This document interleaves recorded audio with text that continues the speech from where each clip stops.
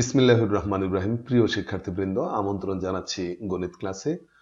গণিত ক্লাসের চতুর্দশ অধ্যায়ের অনুপাত, সদৃশ্যতা, প্রতিসমতা বিষয়ক ইতিমধ্যে আমরা 5টি উপপাদ্য প্রমাণ করে ফেলেছি।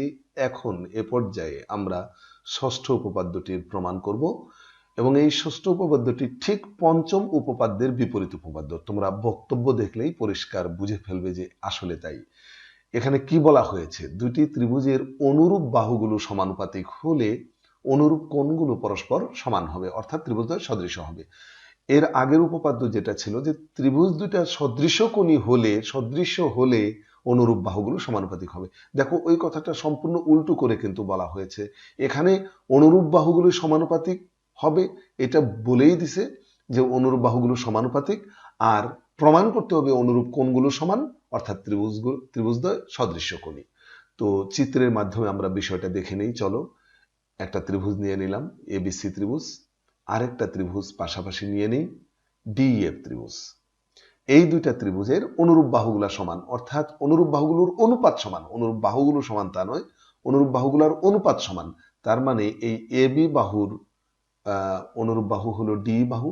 তার মানে এই এবি বাই ডিই অর্থাৎ এবি আর ডিই এর অনুপাত বিসি বাই ইএফ অর্থাৎ বিসি ও ইএফ এর অনুপাতের সমান, এবং এসি বাই ডিএফ অর্থাৎ এসি ও ডিএফ এর অনুপাতের সমান। এই অনুরূপ বাহুগুলোর অনুপাত এভাবে সমান হবে, অর্থাৎ এটা এরকম করে লেখা যায় যে AB by DE equal to AC by DF equal to BC by EF. এটা বলা আছে, এটা দেওয়া আছে।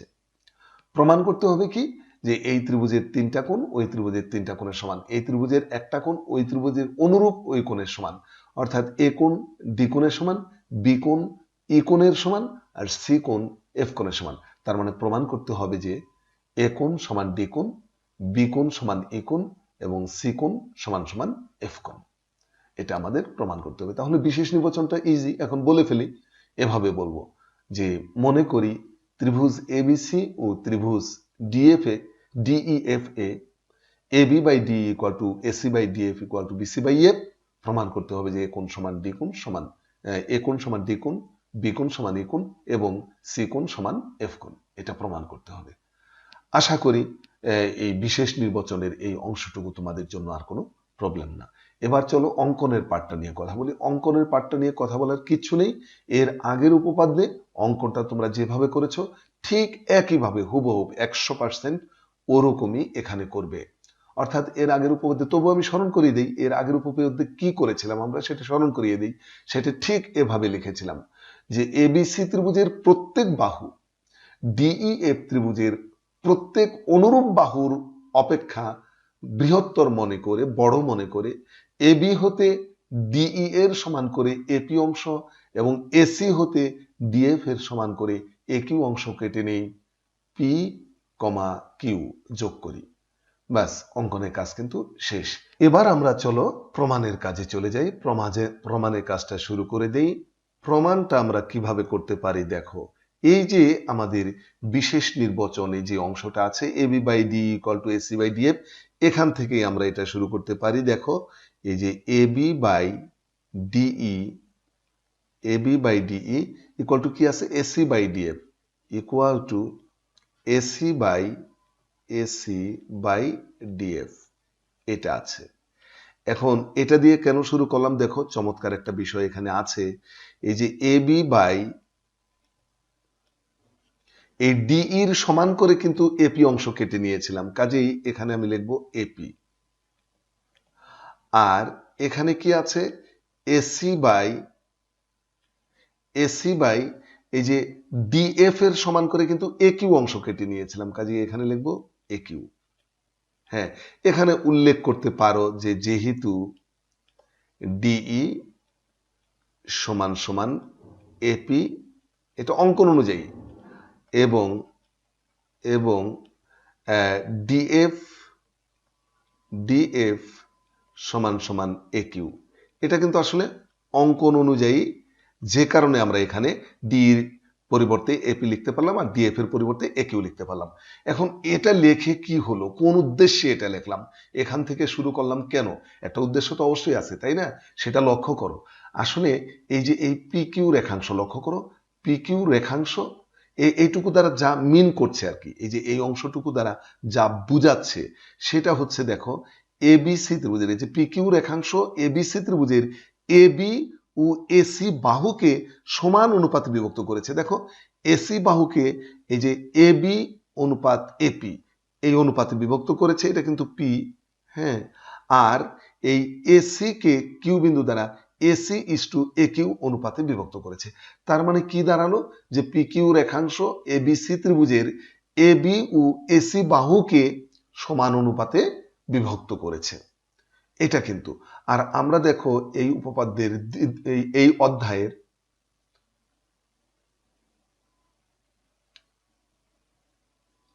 আমরা কিন্তু এই অধ্যায়ের দ্বিতীয় যে উপপাদ্যটা পড়েছিলাম, লক্ষ্য করো, স্মরণ করো, যে সেখানে এরকম একটা কথা বলা ছিল যে কোনো রেখাংশ বা একটি রেখাংশ কোনো ত্রিভুজের দুটি বাহুকে যদি সমান অনুপাতে বিভক্ত করে তাহলে ওই রেখাংশ তৃতীয় বাহুর সমান্তরাল। তাহলে এখানে তো পি কিউ রেখাংশ এবি ও এসি বাহুকে সমান অনুপাতে বিভক্ত করেছে, তাহলে সেই রেখাংশটা অর্থাৎ পি কিউ রেখাংশটা অন্য বাহু অর্থাৎ বিসি বাহুর সমান্তরাল। সুতরাং এখানে কিন্তু এই কথাটা আমরা লিখে দিতে পারি যে অতএব পি কিউ সমান্তরাল বিসি। তার আগে যদি এখানে এই বাংলাটা উল্লেখ করো ভালো হবে। কোন বাংলাটা? যে পি কিউ রেখাংশ এবিসি ত্রিভুজের এবি ও এসি বাহুকে সমান অনুপাতে বিভক্ত করেছে, এই বাংলাটা যদি এখানে লিখে দাও। কি বাংলাটা? যে পি কিউ রেখাংশ এবিসি ত্রিভুজের এবি ও এসি বাহুকে সমান অনুপাতে বিভক্ত করেছে, অর্থাৎ দিয়ে কথাটা লিখবে, অর্থাৎ অর্থাৎ অর্থাৎ দিয়ে তুমি কথাটা লিখবে। আমি কিন্তু লিখলাম না, তুমি অবশ্যই লিখে নেবে। তাহলে যেহেতু সমান অনুপাতে বিভক্ত করেছে, তাহলে ওই রেখাংশটা তৃতীয় বাহুর সমান্তরাল। আমরা লিখব অতএব এই পি কিউ সমান্তরাল বিসি। আর এটাই বা করার কি দরকার ছিল? পি কিউ বিসি এর সমান্তরাল হওয়াতে এখন আমরা বলতে পারবো যে এই কোণ অর্থাৎ এপি কিউ কোণ এবিসি কোণের সমান, অনুরূপ কোণ বলে, এই যে এবি শ্যাডো। তাহলে আমরা কি বলতে পারছি? যে অতএব এই এবিসি কোণ এবিসি ত্রিভুজের এবিসি কোণ আর এপি কিউ ত্রিভুজের এপি কিউ কোণের সমান, এটা এখন আমরা বলতে পারছি। এবং আরেকটা বিষয় বলতে পারছি, সেটা হলো ও পাশটাতেও এই যে সি কোণ হবে এই এ কিউ পি কোণের সমান। সি কোণ মানে এসিবি কোণ হবে এ কিউ পি কোণের সমান, এ কিউ পি কোণের সমান। এখন লক্ষ্য করো যে আমরা এভাবে লিখতে পারি যে এখন এই ত্রিভুজ এবিসি ও ত্রিভুজ এপিকিউ এই দুইটা ত্রিভুজে লক্ষ্য করো, এই যে এটার এটা সমান, এটা তো আমরা প্রমাণ করেছি, লিখে নেই। ত্রিভুজ এবিসি কোণ এবিসি ইকুয়াল টু কোণ এপিকিউ, তারপরে কোণ এসিবি ইকুয়াল টু কোণ একিউপি, রাইট, একিউপি। এবং এ কোণ কিন্তু সাধারণ কোণ, এ কোণ উভয় ত্রিভুজের সাধারণ কোণ, উভয় ত্রিভুজের সাধারণ কোণ, হ্যাঁ, এটা আমরা বলতে পারি উভয় ত্রিভুজের সাধারণ কোণ। এখন এখানে উভয় ত্রিভুজের শব্দটা লেখা জরুরি না, এ কোণ সাধারণ কোণ। অতএব এই দুইটা ত্রিভুজ কিন্তু সদৃশকোণী, যেহেতু এবিসি ত্রিভুজের তিনটা কোণ এপি কিউ ত্রিভুজের তিনটা কোণের সমান হলো, অতএব এই দুইটা ত্রিভুজ সদৃশকোণী। অতএব আমরা লিখতে পারবো যে অতএব ত্রিভুজ এবিসি ও ত্রিভুজ এপিকিউ সদৃশকোণী। আর সদৃশকোণী ত্রিভুজের অনুরূপ বাহুগুলার অনুপাত সমান। অতএব সদৃশকোণী ত্রিভুজ তাহলে এই কোন দুইটা, এই এবিসি এই যে বড় ত্রিভুজটা আর এপিকিউ এই দুইটা ত্রিভুজ কিন্তু সদৃশকোণী প্রমাণ হলো। কাজে এই দুইটা ত্রিভুজের অনুরূপ বাহুগুলার অনুপাত সমান। তাহলে এবিসি ত্রিভুজের এবি বাহু যদি নেই, এবিসি ত্রিভুজের এবি বাহুর অনুরূপ বাহু হবে এপি কিউ ত্রিভুজের এপি বাহু। তাহলে এবি এর সাথে এপি এর অনুপাত ইকুয়াল টু এবিসি ত্রিভুজের বিসি এর সাথে পিকিউ এর অনুপাত হবে। তাহলে এখানে লিখবো বিসি বাই পিকিউ, রাইট? হ্যাঁ, এই দুইটা কিন্তু আমরা লিখতে পারি। এটা আমরা আরেকটা লাইন লিখবো, সেটা হলো এবি বাই এপি না লিখে, এবি বাই এপি না লিখে এপি এর পরিবর্তে কিন্তু আমরা ডি লিখতে পারি। আমরা ওই ত্রিভুজে চলে যাচ্ছি, দেখো এই যে ডি, এপি এর পরিবর্তে কিন্তু আমরা ডি লিখতে পারি অঙ্কন অনুযায়ী, তাই না? আর ইকুয়াল টু বিসি বাই, এই যে বিসি বাই পিকিউ, এটা ঠিকই থাকুক, বিসি বাই পিকিউ। জাস্ট আমরা এই এপি এর পরিবর্তে ডি লিখে দিলাম। এটা এই লাইনটা জাস্ট এইটুকু আমরা পরিবর্তন করে লিখলাম। কিন্তু এদিকে লক্ষ্য করো, তোমরা অবশ্যই নিচে নিচে লিখবে, আমি এখানে ডানে লিখছি যে কিন্তু আমরা বিশেষ নির্বাচন থেকে আমরা জানি এবি বাই ডিই, দেখো এবি বাই ডিই বিশেষ নির্বাচন থেকে এটা পাই আমরা। দেখো এবি বাই ডি এর সাথে বিসি বাই পিকিউ আছে, আর এখানে আছে বিসি বাই ইএফ, বিশেষ নির্বাচনে আছে বিসি বাই ইএফ। তাহলে লক্ষ্য করো যে এই যে দুইটা ইকুয়েশন পেলাম, AB by D equal to BC by PQ, কিন্তু এখানে বিশেষ নির্বাচনে আছে AB by D equal to BC by, তাহলে এই এবি বাই ডি আর এই এবি বাই ডি বাম পাশে একই, তাহলে ডান পাশটা টুকু সমান, তার মানে BC by PQ equal to BC by EF. তাহলে আমরা লিখতে পারি যে সুতরাং হ্যাঁ, তোমরা নিচে লিখবে অবশ্যই, সুতরাং বিসি বাই পিকিউ, এই যে এটার ডান পক্ষটা লিখলাম, BC by PQ equal to এটার ডান পাশেরটা লিখলে বিসি বাই ইএফ। তাহলে দেখো আমরা বলতে পারি যে এই ইএফ সমান সমান পিকিউ, এই ইএফ আর এই পিকিউ যে সমান তা কিন্তু প্রমাণ হয়ে গেল, কেননা এই দুইটা ভগ্নাংশ সমান এবং তাদের লব সমান, তাহলে অবশ্যই হর দুইটাও সমান। অতএব আমরা বলতে পারি যে পিকিউ সমান সমান ইএফ, পিকিউ সমান সমান ইএফ। দেখো এটা আমরা বলতে পারি, অনায়াসে এটা আমরা বলতে পারি। তাহলে এই যে দুইটা ত্রিভুজ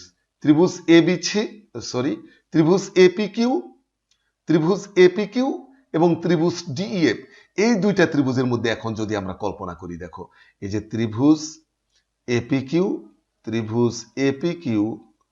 ও ত্রিভুজ ডিইএফ, এই দুইটা ত্রিভুজের মধ্যে এখন যদি আমরা কল্পনা করি, এই দুইটা ত্রিভুজে লক্ষ্য করো আমরা বলতে পারি এপি সমান সমান ডি, তাই না? এপি সমান সমান ডিই, এটা বলতে পারবো অঙ্কন অনুযায়ী। আর এ কিউ সমান সমান ডিএফ, এটাও অঙ্কন অনুযায়ী। আর একটু আগে আমরা প্রমাণ করে আসলাম এই যে পিকিউ সমান সমান ইএফ, পিকিউ সমান সমান ইএফ। তাহলে দেখো একটা ত্রিভুজের তিনটা বাহু অন্য আরেকটা ত্রিভুজের অনুরূপ তিনটা বাহুর সমান, তাহলে এই দুইটা ত্রিভুজ সর্বসম, বাহু উপপাদ্য, সেটা না লিখলেও চলবে। আমরা লিখব ত্রিভুজ এপিকিউ, অতএব ত্রিভুজ এপিকিউ সর্বসম ত্রিভুজ ডিইএফ, এটা আমরা বলতে পারি।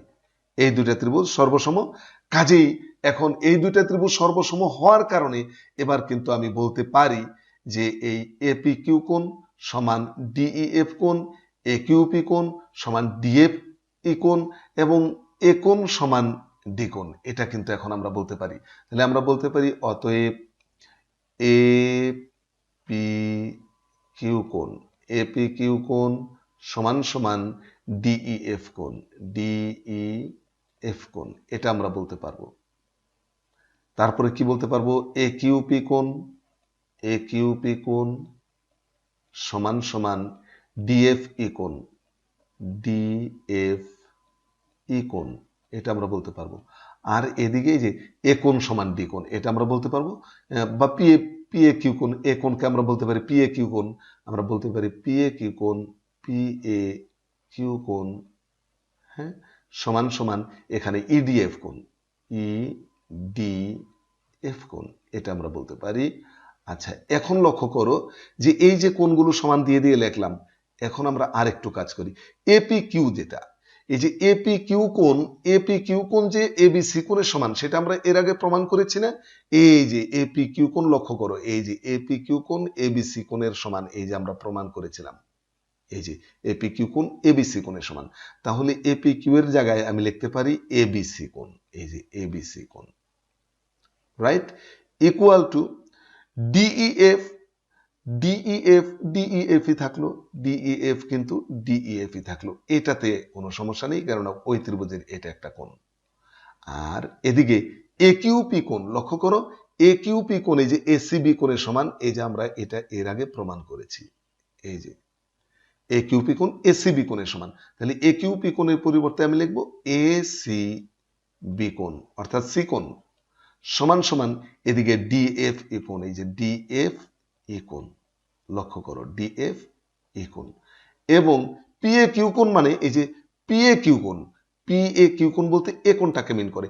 এ কোণ কি এবিসি ত্রিভুজের বিএসি কোণ, তাহলে এটাকে আমি বলতে পারি বিএসি কোণ, এটাকে আমি বলতে পারি বিএসি কোণ সমান সমান ওখানে ইডিএফ কোণ, ইডিএফ কোণ, রাইট। এবার যদি আমি আরেকটা লাইন দিই, আরেকটা লাইন কি দিতে পারি দেখো, এবিসি কোণ এই যে বি মাঝখানে, তার মানে এটা আমি বলতে পারি বি কোণ, বি কোণ সমান এই যে এটা হলো ই কোণ, মানে নিকনেম লিখছি, নিকনেম সংক্ষিপ্ত নাম। হ্যাঁ, এর আগে বলেছিলাম কিন্তু যে কোণের দুই ধরনের নাম হয়, বড় নাম এবং ছোট নাম, সংক্ষিপ্ত নাম। এসিবি কোণকে আমি লিখবো সি কোণ, সি কোণ ইকুয়াল টু এখানে ডিএফ এ কোণ, এটা লিখবো এফ কোণ, এই যে সি কোণ সমান এফ কোণ। এবং লাস্টে কি আছে দেখো, এটা কিন্তু এ কোণ, লক্ষ্য করো এটা কিন্তু এ কোণ, এই যে এ কোণ সমান সমান ওটা হলো ডি কোণ, লক্ষ্য করো ডি কোণ।